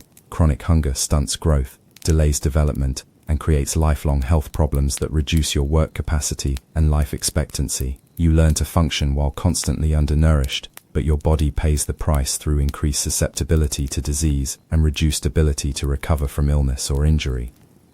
Respiratory ailments plague communities where people live in crowded, poorly ventilated spaces filled with smoke from cooking fires and heating systems. Chronic coughing, chest pain, and difficulty breathing become normal parts of life that you learn to ignore or work around. Pneumonia strikes frequently during winter months, killing many who survive other challenges only to succumb to lung infections. Gastrointestinal diseases result from contaminated food and water, poor sanitation, and overcrowded living conditions. Diarrhea, vomiting, and stomach pain are common experiences that can quickly become life-threatening when they prevent the absorption of already inadequate nutrition. You learn to recognize the early signs of serious digestive illness and to implement folk treatments that sometimes help but often fail. Skin conditions develop from poor hygiene, inadequate clothing, and constant exposure to dirt, moisture, and irritating substances. Rashes, boils, and infections cover your body with painful lesions that interfere with work and sleep. Bathing is rare and often ineffective, allowing skin problems to persist and worsen over time. Clothing that is never properly cleaned harbors bacteria and parasites that cause additional skin irritation. Dental problems cause constant pain and eventual tooth loss for almost everyone in your community. Without effective cleaning methods or dental care, teeth rot and break, creating infections that can spread throughout the body. The pain from dental problems can be excruciating, but treatment options are limited to extraction with crude tools or folk remedies that provide minimal relief. Parasitic infections affect most people in your community, causing a range of symptoms from mild discomfort to severe illness. Intestinal worms, lice, fleas, and other parasites thrive in the unsanitary conditions that characterize medieval life. These infestations weaken your health, cause pain and itching, and spread diseases between community members through direct contact and contaminated environments. Injuries from work and daily life are common and often result in permanent disability or death due to inadequate medical treatment. Cuts from sharp tools can become infected, broken bones may heal improperly without proper setting, and burns from cooking fires often leave permanent scars and limited mobility. Learning to work while injured becomes a survival skill, as stopping work means stopping income. Women face additional health risks related to reproduction in a time when pregnancy and childbirth are extremely dangerous. Maternal mortality rates are high, and women who survive multiple pregnancies often suffer from complications that affect their health for the rest of their lives. Contraception is limited and often ineffective, making frequent pregnancy inevitable for most married women. Mental health problems are poorly understood and often attributed to supernatural causes rather than medical conditions. Depression, anxiety, and other psychological ailments are interpreted as moral failings, demonic possession, or divine punishment rather than treatable illnesses. People suffering from mental health problems receive little support and may face additional persecution for their conditions. Epidemics sweep through communities regularly, killing large percentages of the population while leaving survivors traumatized and economically devastated. Plague, typhus, smallpox, and other infectious diseases spread rapidly in crowded, unsanitary conditions where quarantine and medical treatment are impossible. Entire families may be wiped out within days, leaving orphans and economic chaos in their wake. Medical treatment relies heavily on herbal remedies, bloodletting, and prayer rather than scientific understanding of disease processes. Village healers use folk knowledge passed down through generations, but their treatments are often ineffective or harmful. Bloodletting weakens patients who are already ill, while herbal remedies may provide some relief but rarely cure serious conditions. The theory of humours dominates medical thinking, attributing illness to imbalances between blood, phlegm, yellow bile, and black bile in the body. Treatments focus on restoring balance through diet, bloodletting, purging, and other methods that may worsen rather than improve patients' conditions. This theoretical framework prevents the development of effective treatments based on actual understanding of disease. Superstition and magic play important roles in medical practice, with healers using charms, spells, and religious rituals alongside herbal remedies and physical treatments. Patients may seek help from wise women, village priests, or traveling healers who claim supernatural powers. These treatments provide psychological comfort, but rarely address underlying medical problems. Seasonal patterns affect disease incidence and severity in predictable ways. Winter brings respiratory infections and injuries from cold exposure, while summer increases the risk of food poisoning and waterborne diseases. Spring and fall create conditions that favor epidemic diseases, making certain times of year particularly dangerous for community health. Isolation and quarantine are primitive and often ineffective methods for controlling disease spread. Sick individuals may be confined to their homes or expelled from communities, but lack of understanding about disease transmission makes these measures largely symbolic. Families caring for sick members often become infected themselves, perpetuating cycles of illness and death. The connection between sanitation and health is poorly understood, leading to practices that increase rather than reduce disease transmission. Human and animal waste contaminates water sources, garbage accumulates in living spaces, and personal hygiene receives little attention. These conditions create ideal environments for bacteria, parasites, and disease vectors to thrive. Pain management relies on alcohol, herbal remedies, and simply enduring suffering until it passes, or death provides relief. Chronic pain from arthritis, old injuries, and other conditions is accepted as a normal part of aging that must be tolerated without effective treatment. People learn to function despite constant discomfort that would be considered unacceptable in modern times. Diagnostic methods are primitive and often based on superstition rather than medical observation. Illnesses may be diagnosed by examining urine color, feeling for fever, or interpreting patient symptoms according to astrological or supernatural frameworks. Misdiagnosis is common and often leads to inappropriate treatments that harm rather than help patients. The psychological impact of constant disease and death creates communities that live in perpetual fear of illness while developing callous attitudes towards suffering. People become accustomed to watching others die from preventable diseases, to living with chronic pain and disability, and to accepting early death as natural and inevitable. Public health measures are minimal and focus more on spiritual than medical approaches to disease prevention. Communities may organize prayers, processions, or religious ceremonies to ward off epidemics, but they lack understanding of sanitation, quarantine, or other effective public health strategies. The cost of illness extends beyond personal suffering, to include economic devastation for families who lose productive members or must divert resources to care for the sick. Medical treatment, even when available, requires payments that poor families cannot afford, forcing them to choose between bankruptcy and watching loved ones suffer without help.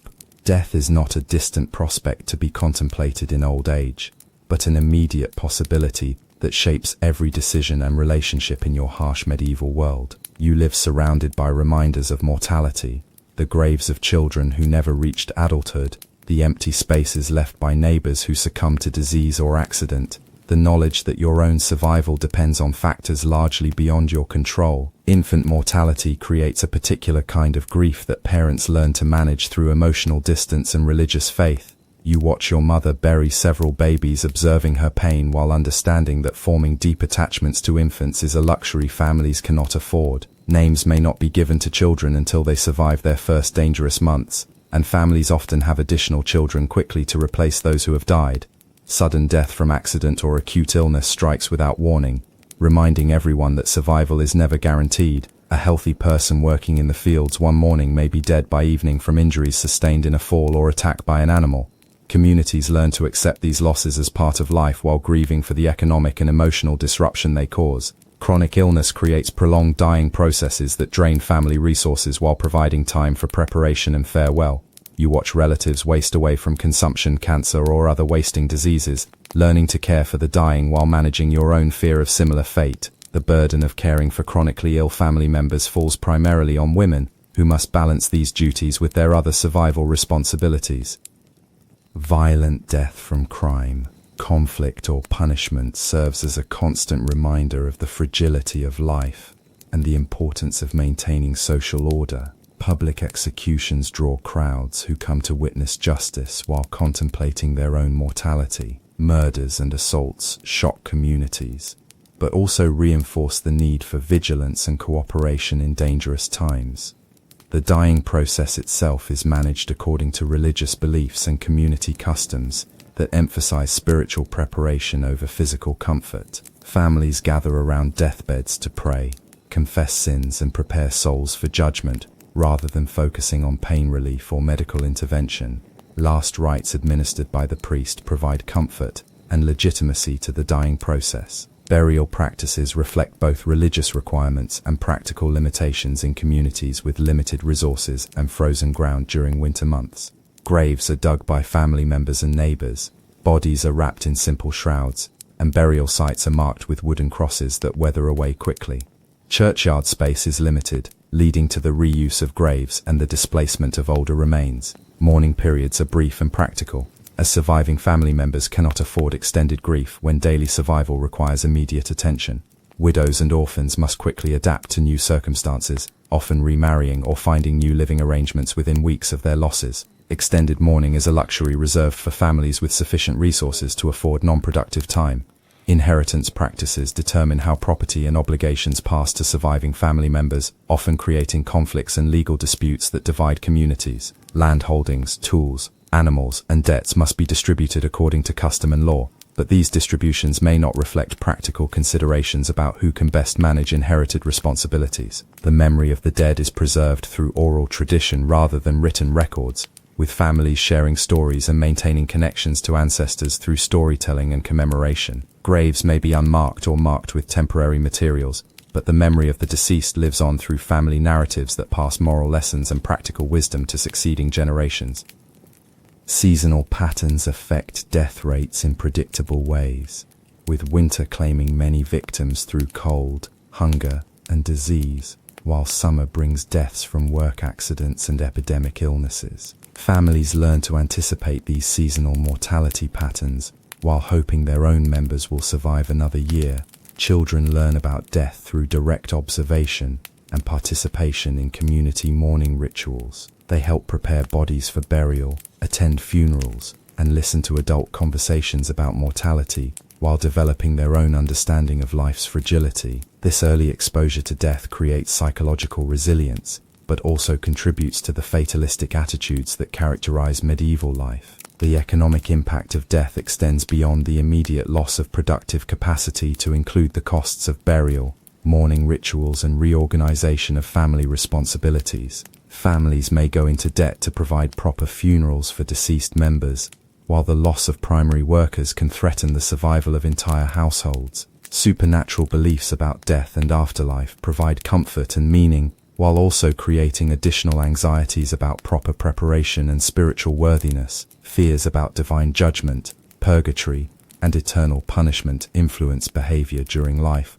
while affecting attitudes toward death and dying. Mass mortality events like epidemics, famines, or conflicts overwhelm normal community responses to death, forcing adaptations in burial practices, mourning rituals, and social reorganization. During plague years, bodies may be buried in mass graves, normal mourning periods abbreviated, and entire family lines eliminated within short periods. The proximity of death creates philosophical attitudes that emphasize acceptance, resignation, and focus on spiritual rather than material concerns. People develop strategies for psychological survival that include religious faith, fatalistic acceptance, and concentration on immediate rather than long-term goals. Medical understanding of death focuses on spiritual rather than physical causes, attributing mortality to divine will, moral failings, or supernatural influences rather than disease processes or preventable causes. This worldview provides comfort and meaning while preventing the development of effective strategies for extending life or reducing mortality.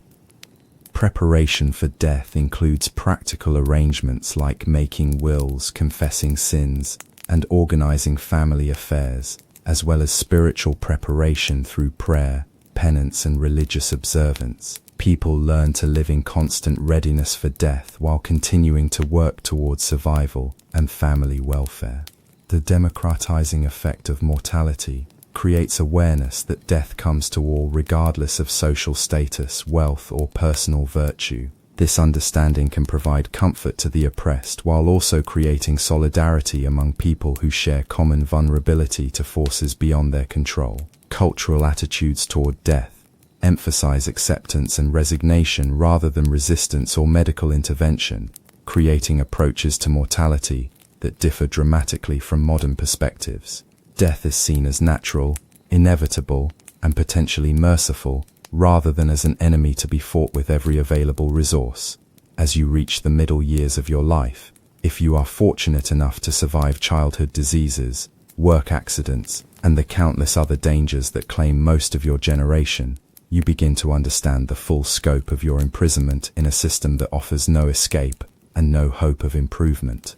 Your body bears the accumulated damage of decades of hard labor.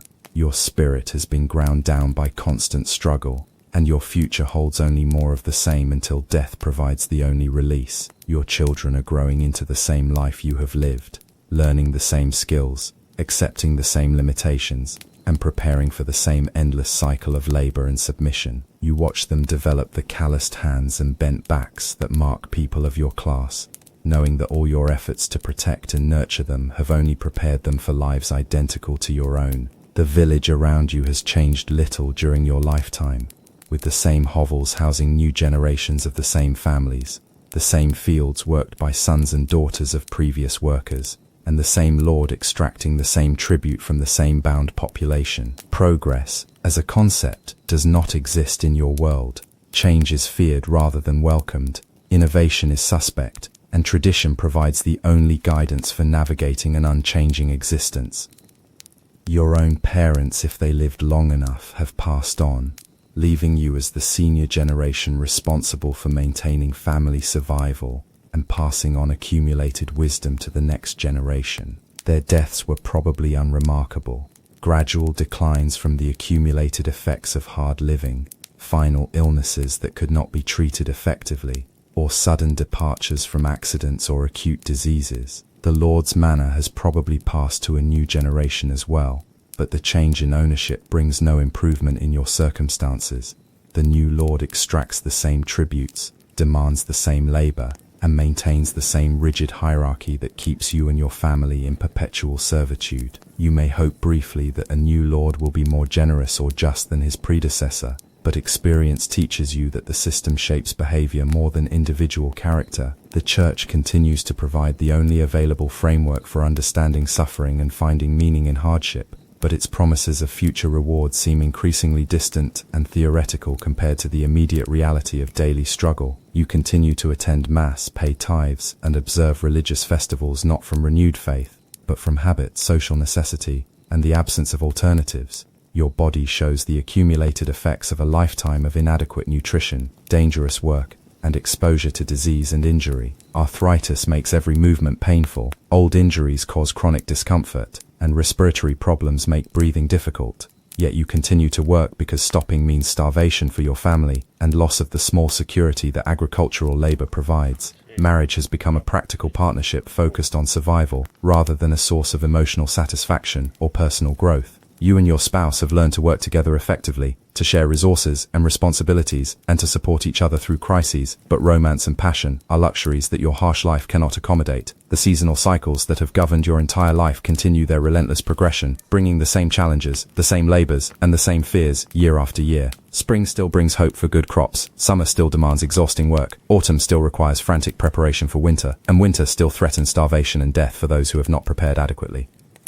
Your understanding of the wider world remains limited to the boundaries of your village and the immediate surrounding areas. Wars may rage in distant kingdoms, Kings may rise and fall. New technologies may be developed in far-off lands, but none of these changes affect your daily existence. The world beyond your immediate experience might as well be fantasy for all the impact it has on your life. Social relationships within the village have crystallized into permanent patterns based on family histories, economic status, and personal reputation developed over decades of close contact. Friends and enemies are clearly defined, marriage alliances are established, and social hierarchies are fixed in ways that will persist for generations. Mobility between social levels is virtually impossible, and attempting such mobility is viewed as presumptuous and dangerous. Your knowledge and skills have reached their peak, developed through decades of experience but limited by the narrow range of activities available in your agricultural world. You have become expert at reading weather patterns, managing soil conditions, caring for animals, and performing the countless tasks required for survival. But these skills have no value outside your immediate community and provide no opportunities for advancement. The accumulation of small possessions represents the only form of wealth available to you. Tools, household items, clothing, and perhaps a few animals that constitute your family's entire fortune. These possessions are valuable but fragile, subject to loss through theft, accident, or seizure by authorities. Building wealth in any meaningful sense is impossible when surplus production is extracted by others, and saving requires resources that you do not possess. Your reputation in the community has been established through years of behavior and will follow you for the rest of your life. If you are known as reliable, hardworking, and honest, you will receive better treatment and more opportunities. If you have gained a reputation for laziness, dishonesty, or troublemaking, you will face discrimination and suspicion that affects every aspect of your existence.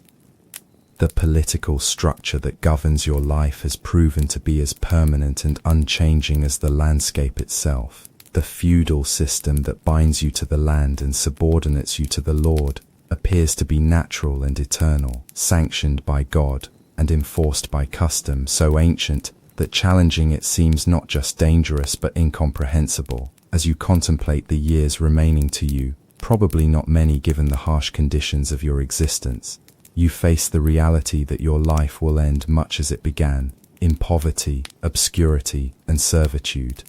Your children will inherit your bound status, your debts, and your obligations. Your grandchildren, if you live to see them, will face the same challenges and limitations that have defined your entire existence. Yet somehow life continues, children are born, crops are planted, marriages are celebrated, and communities persist despite the grinding poverty and oppression that characterize daily existence. People find ways to laugh, to love, to hope, and to maintain dignity, even in circumstances that seem designed to crush the human spirit. The small pleasures that make life bearable become precious beyond measure. A good harvest that provides adequate food for winter, a healthy birth that adds to the family, a feast day that offers respite from labor, or simply a moment of rest after exhausting work. These brief satisfactions sustain you through the endless cycle of struggle and provide meaning in an existence that might otherwise seem pointless. Your legacy will be survival itself, the continuation of your family line through children who will carry on your struggle, the preservation of the small plot of land that has sustained your ancestors for generations, and the maintenance of the customs and traditions that provide stability in an uncertain world. Fame, achievement, and historical significance are concepts that apply to other classes of people. Your contribution to history is the simple fact of persistence in the face of overwhelming adversity. The knowledge that millions of people like you have lived similar lives provides a kind of comfort, a sense of participation in something larger than individual existence. You are part of a great human story of survival, endurance, and adaptation to difficult circumstances. Your struggle has meaning, not because it achieves great things, but because it represents the fundamental human capacity to continue living despite conditions that seem designed to make life impossible. And so the cycle continues, as it has for centuries and will for centuries more. Children will be born into bondage, will grow up accepting their limitations, will work the same fields their parents worked, will raise their own children to the same life, and will die knowing that nothing has changed. Yet within this cycle of repetition and stagnation, human life persists, adapts, and finds ways to create meaning, dignity, and even joy in circumstances that would seem to preclude such possibilities. Tonight, as you settle onto your straw pallet in the hovel that has been your entire world, you can rest knowing that you have done what was required. You have survived another day. You have met your obligations.